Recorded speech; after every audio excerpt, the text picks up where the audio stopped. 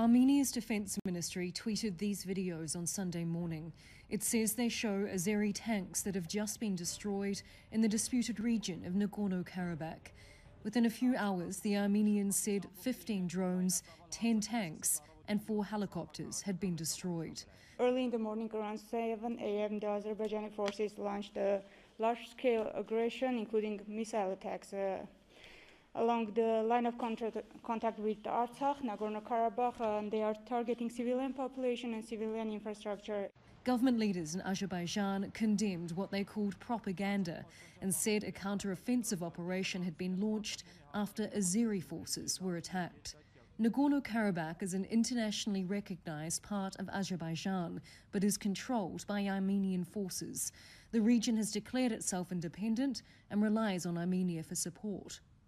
In an emergency parliamentary session, the president of Nagorno-Karabakh declared martial law, as well as military mobilization for men over 18. Most of all, the people of Nagorno-Karabakh want peace. We've already said that the responsibility for any resumption of the war will rest with the government of Azerbaijan today, tomorrow, and in the future. Russia's foreign ministry said the situation has sharply deteriorated and it had reports of intense shelling from both sides. The Kremlin, along with the EU and France, are calling for an immediate ceasefire. The frequency of escalations, even if they are controlled, are suggesting that we are really entering a very dangerous zone where it can definitely get out of control, especially when new players, regional players, are being dragged into this. The dispute emerged out of the 1991 collapse of the Soviet Union when Armenian separatists seized the territory. 30,000 died in fighting. In 1994, a ceasefire was agreed, but talks to resolve the dispute stalled. Nearly 2 decades later, tensions rose again in July, with the worst fighting since 2016. In the last year or so, the Armenian leader, Nikol Pashinyan, has been saying he no longer wants to negotiate according to the formula that people like me had been trying to bring together between Azerbaijan and Armenia. And he said Nagorno-Karabakh is always going to be part of Armenia. That has really ticked off very severe negative emotions in Azerbaijan. Azerbaijan has repeatedly vowed to recapture Nagorno-Karabakh by force, and Armenia has vowed to defend the territory. While it is disputed which side moved first on Sunday morning, it's clear both remain determined to claim Nagorno-Karabakh as their own. Charlotte Ballas, Al Jazeera. Well, we've spoken to officials from both Armenia and Azerbaijan. Hikmet Hashiev is an assistant to the president of Azerbaijan and the head of foreign policy department of the presidential administration. He says Azerbaijan's aim is to recapture the areas occupied by Armenia.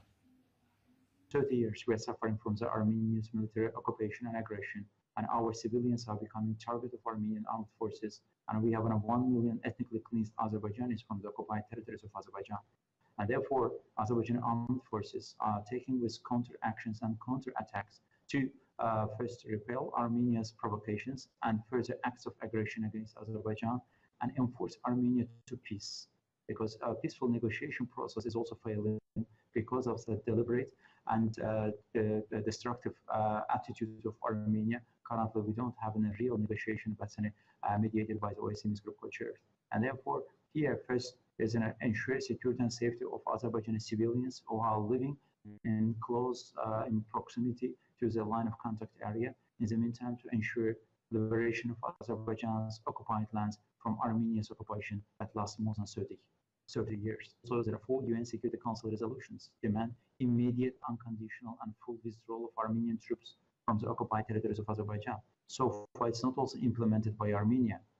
And they continue to attack Azerbaijani civilians. And Azerbaijani refugees and IDPs, they have a right to return back to their sovereign lands. Because of Armenia's occupation, they can't return back.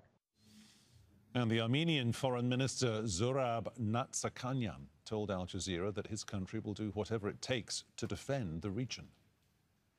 Nagorno-Karabakh will be defending every single inch of their land and of their security, and Armenia will be the guarantor. These threats of force have been very usual in the parlance of the Azerbaijani government and the regime in Baku. The latest was in the United Nations General Assembly, and they have just brought this into a practical implementation once again. Once again, they will be repelled.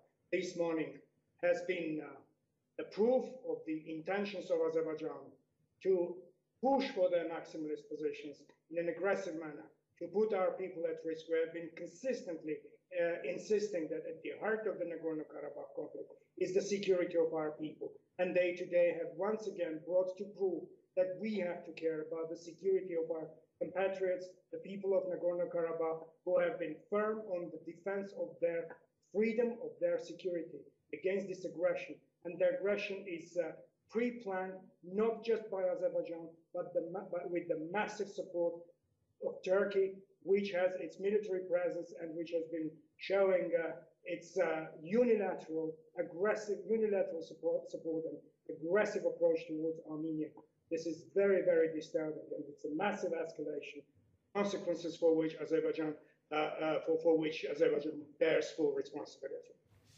Well, our correspondent Robin Walker is monitoring developments from Tbilisi in neighbouring Georgia. We're still hearing about ongoing fighting.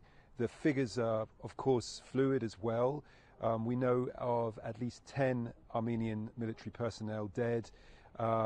Azerbaijan also admitting casualties and also civilian dead on both sides. So it's looking like in just a single day of fighting so far, at least as many people killed as we had seen over several days when there was an outbreak of conflict in July. But this is fighting of a different category. This is taking place across along the whole line of control. This is the area on the edge of Nagorno-Karabakh territory with Azerbaijan, controlled on the one side by Armenian forces who mostly control the upper slopes, the higher positions, and Azeri forces positioned along that line of control. And also the Armenians are saying that artillery fired by the Azeris has struck positions not just on that line of control, but also within the Karabakh region, including Stepanakert, the capital, which makes this a very